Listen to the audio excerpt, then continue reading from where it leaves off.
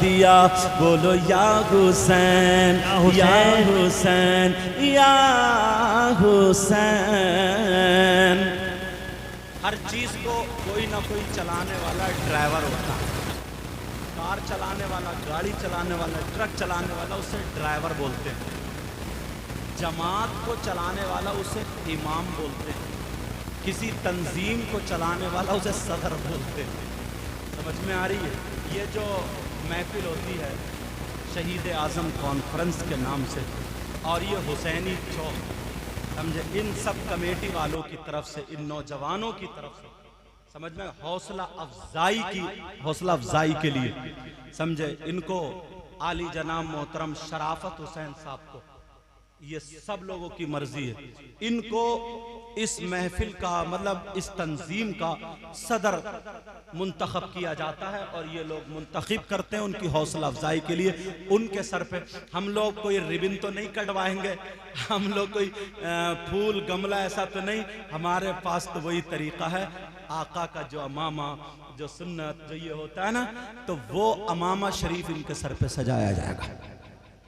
شرافت بھائی آ جائیں اور اس ذمہ داری کو سنبھالیں گے انشاءاللہ۔ یہ کسی اور کے لیے نہیں ہے، یہ نبی کے بچوں کی محبت میں ہے۔ لیجئے حضرت، آپ اپنے ہاتھ سے آ جاؤ بیٹے، ادھر آ جاؤ، سمجھ لو حضرت، اپنا ہاتھ لگا دو، حضرت ہاتھ لگا دے، حضرت باندھ دیجئے، کیونکہ یہی ہماری جماعت میں یہی دو بزرگ علماء ہیں، سمجھ میں آ گیا، کچھ دنوں کے بعد ہم بھی بزرگ ہو جائیں گے۔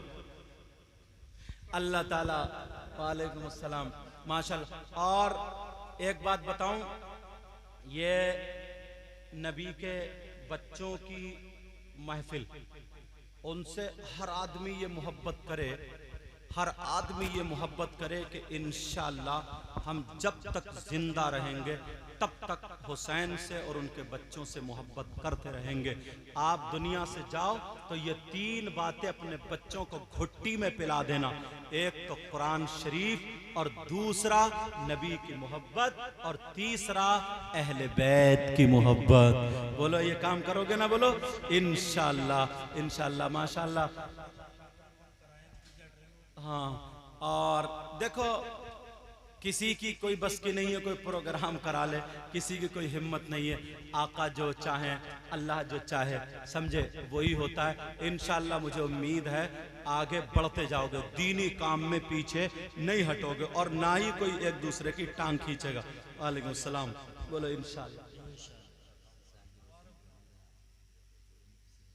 ہاں ٹھیک ٹھیک، اچھا اچھا، ہاں ہاں حضرت، کیا کچھ صدارتی دو چار جملے بولیں گے؟ اب میں صرف صدارتی دو چار جملے بولنے کے لیے نصیحت بھرے جو بھی ہمارے اس بستی کے حضرت علامہ مولانا اخلاق صاحب، سمجھے، ان کو میں پیش کرتا ہوں، اور وہ دو چار، حضرت کرسی پہ آپ آ جائیے، اور میں ان کا استقبال نعرہ تکبیر سے کرتا ہوں۔ بولیے نعرہ تکبیر، نعرہ رسالت، حسینی محفل، حسینی چوک، حضرت علامہ مولانا اخلاق حسین صاحب قبلہ زندہ باد۔